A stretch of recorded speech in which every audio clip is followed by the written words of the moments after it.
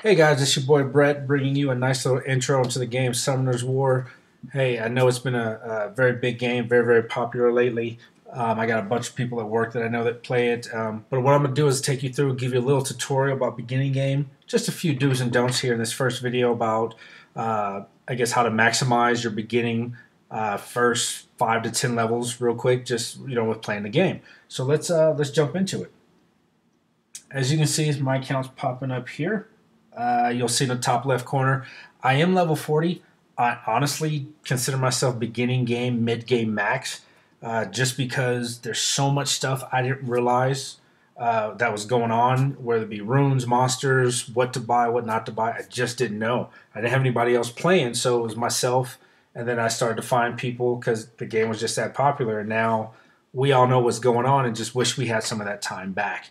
But I'm going to start at the shop just because, just one of the places I wanted to start, just to walk you through it. As you can see in the building tab, you've got your sky arena, you've got your power up circle, a lot of these things the game's gonna give you. So there's no reason to go through and buy anything extra other than what the game gives you beginning on. As the game progresses, you'll notice the things that you'll need to buy, and you can buy them at that time. But just in the beginning, don't really waste any of your mana because you're going to need it. All right. These things are going to be important, but again, beginning game, you can hold off until you absolutely need it, especially if you're playing the storyline all the way through. Your glory shop here, mythical scrolls, the water scrolls, all those are great, but again, beginning game, don't worry about them. If you're going to spend your glory points that you get, spend them on this Devilmon. They give you a skill up for your monster, so it'll skill up one ability, and some of them take 4, some of them take 5. But these are very hard to come by. You can get 1 a week. I believe it's 180 points. There are events that will give you more, but again, you can only usually get 1. After that, you'll go through. This one was probably my next most important one because it increases the countdown of your energy production. So you see mine's maxed out at level 10, speed 30%. I believe the game starts you off, it's 1 point of energy every 5 minutes. I think I'm down to like 3 minutes and some change, I believe. I'm not 100% sure. But if I would have done that beginning game instead of spending some of these glory points on some of these other things, I just would have had more time and just more energy to do things. Now, don't get me wrong, these things will be amazing. I just didn't need them beginning game. And as you can see, I haven't done much with them because I'm not doing a whole lot with Arena. I'm just more trying to, farm runes and things. And again, we'll talk about that in another video. Here, your energy recharge, your arena invitations will probably be the biggest 2 things you use out of here. Other than that, these things, as you can see, yeah, they're cool, but you probably won't spend, especially money. You probably won't spend any money in here. And then all this stuff, you probably won't spend your gems on this unless you're in dire need of something very special. That takes me to your special tab.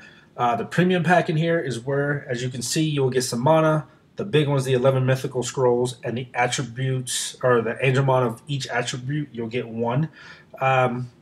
Cool. Again, beginning game, I wouldn't spend the 750 on it. The game will give you mythical scrolls. You'll actually even get a light dark once you beat the Famion Volcano. So I guess as you move on, yeah, you can spend your crystals on this, but beginning game, the game will give you plenty. You've got some boosts in there, so yeah, just some fun stuff. Here in your hot package, these change out every now and then. But with that said, there is a starter pack that pops up. It's like a starter pack and an intermediate pack. If you're going to spend money, when you start the game, buy those. I think you get your first month to pick those up. Once they're gone, they're gone. I wish I would have picked those up, but I didn't. So, hey, I lost out on whatever would have dropped out of that. As you can see, I've got that daily pack, 3 days left on that one. I think it gives me 70 crystals a day. I get 5% more experience, and I get an extra wish. This $5.99 one here, I get 20 crystals a day for 15 days, and I get 5% additional mana. I usually keep that one going as $5 every 15 days. Nothing's going to break the piggy bank. But all these do start over from time to time. So check those out. If you want to spend money, that's where you'll do it, the hot packages. With that, you will see things on the side to buy. 3 Devilmons, 750 crystals, 2 3-star Max Rainbowmon, and 50,000 mana, $50. Again, it's your money. If you choose to buy it, great. If not, hey, again, the game will give you a lot of what you need. So some people play free to play, some are pay to play. All depends on you. Let's kick into our other shop here. This one it restarts every hour. So as you can see, I was in it 8 minutes ago. It's counting down. You can go through and see. You've got runes. You've got little 1-2 star monsters in here. Nothing special. You will see mythical scrolls pop down in here from time to time. With that said, when you buy them, the thing will refresh once an hour. Hopefully, you get another mythical scroll. Buy those, and again, you can buy them without spending money. You can refresh this for 3 crystals if you choose to, and see if anything happens. If it does, great. If not, hey, you keep going. Just wait an hour. Runes, as you can see, this is considered a legendary rune at energy crit damage. I could probably use this on a character, but it's a 4-star, and I'm looking for 5 or above. I will usually only spend my money on 5-star and above crystals out the shop, but of course I'm looking for specific things. Again, I will talk about runes in a different video, but as you can see, that's just how it is. At the beginning, I believe you get the first 3 of these unlocked, but then it goes mana crystals, all the way down till you get it fully unlocked. So there you go. That's your second shop. Other than that, there's a little mysterious plant. I like showing that off because it's my first one up to level 10. And actually, there's a little achievement for that. You get some more mana for doing that. As you can see where I've got everything laid out. I've got things here where, of course, you see mana going off. I've got a little tranquil forest where my guys will gain experience points when I'm away from the game. You've got Fusion Hexagram. This is something that, again, after you get going, this will be something that's fairly big. I wish I would have done this in the beginning because this big nasty looking guy right here, the Dark Ifrit, better known as Veramos, however you want to pronounce it, you can see he takes 1, 2, 3, and 4. It takes those 4 creatures to fuse to make him. So what happens is, you notice, that's the first creature right there that we need. That's the second one is the succubus down here. The next one is your blue Undyne. And then the last one is this purple guy here named Kwame. He is a drop out of the secret dungeon on the Dark Days. So you've got 3 you can fuse for and 1 that's a drop. So they're pretty much telling you if you get rid of those 4 characters to make the Wind Succubus and you do it a few more times, you'll get 3. Then the 4th one is a drop that you can get.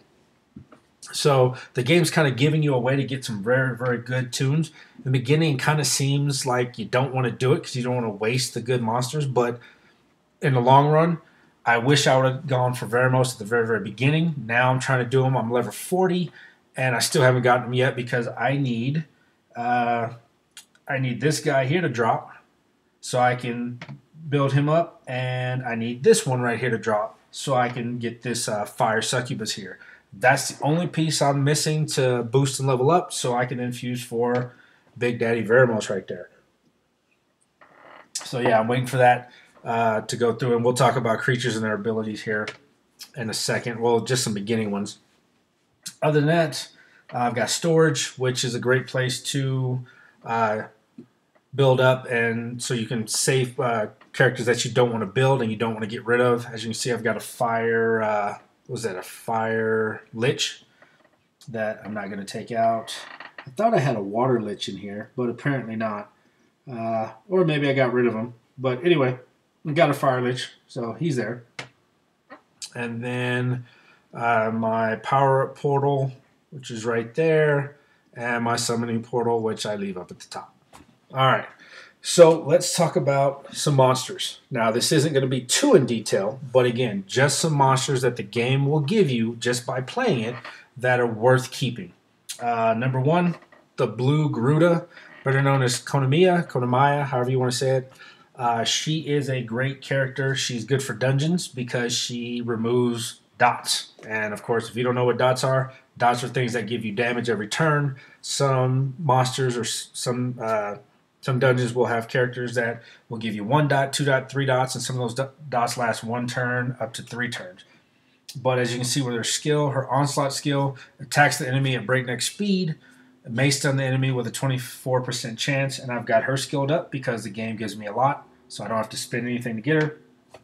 The Resurge fills up an ally's target attack bar and strengthens their attack for 1 turn. This is like just an extra turn skill.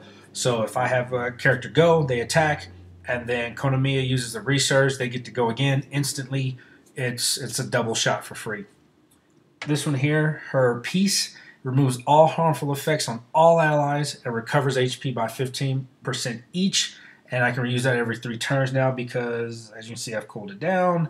So that's great. So again, if I have dots on everybody, especially in dragons, she takes those off and heals up. Not a lot, but every little bit counts. And that makes her a very, very good character, especially beginning game. I've got her awakened. And of course, I've got her ruined, but again, we're going to talk runes in a different video. Next one we're going to hit or touch on is the Red Inugami, better known as Rauk, or Roke, again, however you want to say it. He is my farmer, and it is because of this skill right here, his third skill, Annihilate. It's a passive, so you don't have to do anything to it, but he gets an extra skill, or an extra turn, if you kill an enemy. So if you're doing secret dungeons, if he kills one, he'll kill a second and a third, and so on and so forth, and he just keeps going. So the stronger the better. He does have a team-up skill, which helps with that third skill. So he teams up with another ally to attack an enemy. Keep in mind this is random, so you don't get to choose which person he teams up with. But again, if he teams up, kills somebody, he'll keep going. His Scratch ability attacks with Giant Claws to weaken the enemy's defense with a 50% chance and attacks consecutively with a 30% chance. Again, the game gives me so many. I've got these skilled up, no problem. So very, very good character. Again, awakened and ruined. Again, we'll talk runes in a different video. After that, let's see who's next. We're going to go through... let's see here. We're going to go hit on Bernard. Bernard, I loved him beginning game because his ability, what he does is his Scratch. He attacks the enemy with razor sharp claws, damage increases according to your attack speed. So, of course, you want him very, very fast. So you want him fast, so he does more damage with his attack. And then his second skill is he attacks the enemy with a body slam and weakens their attack power and defense for 2 turns. So if the faster he is, the better he attacks, but then he's going to take down their defense. So he's a defense breaker, which defense breakers are very, very big in this game. His Tailwind, he then goes and he increases the attack bar of all allies by 30% and also increases their attack speed for 2 turns. So he makes everybody else faster as well.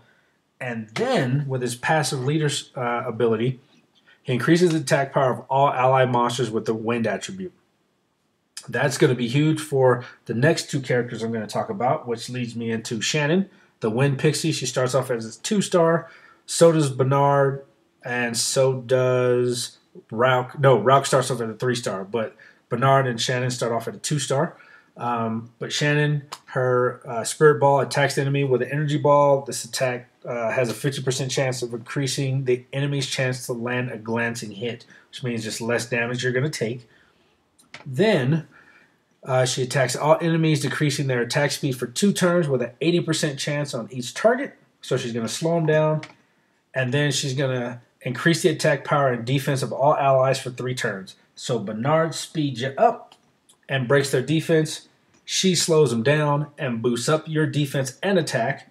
And then that leads me into Ramagos. Ramagos is a very, very common monster out there. People love him. I love him. As you see, I've only got him 4-star, but as I got further on, I stopped using him as much as I used to. But his skills, they're still very, very good. His Thrash thrashes the enemy, inflicting damage proportionate to your max HP. The attack has a 50% chance to reduce the enemy's attack gauge by 25%. Of course, you throw that in with Bernard and Shannon. Again, beginning game, just it's a pain for other people, but it's good for you. And then we've got his other ability, which is His crouch, which reduces HP by 30%, increases defense for 2 turns.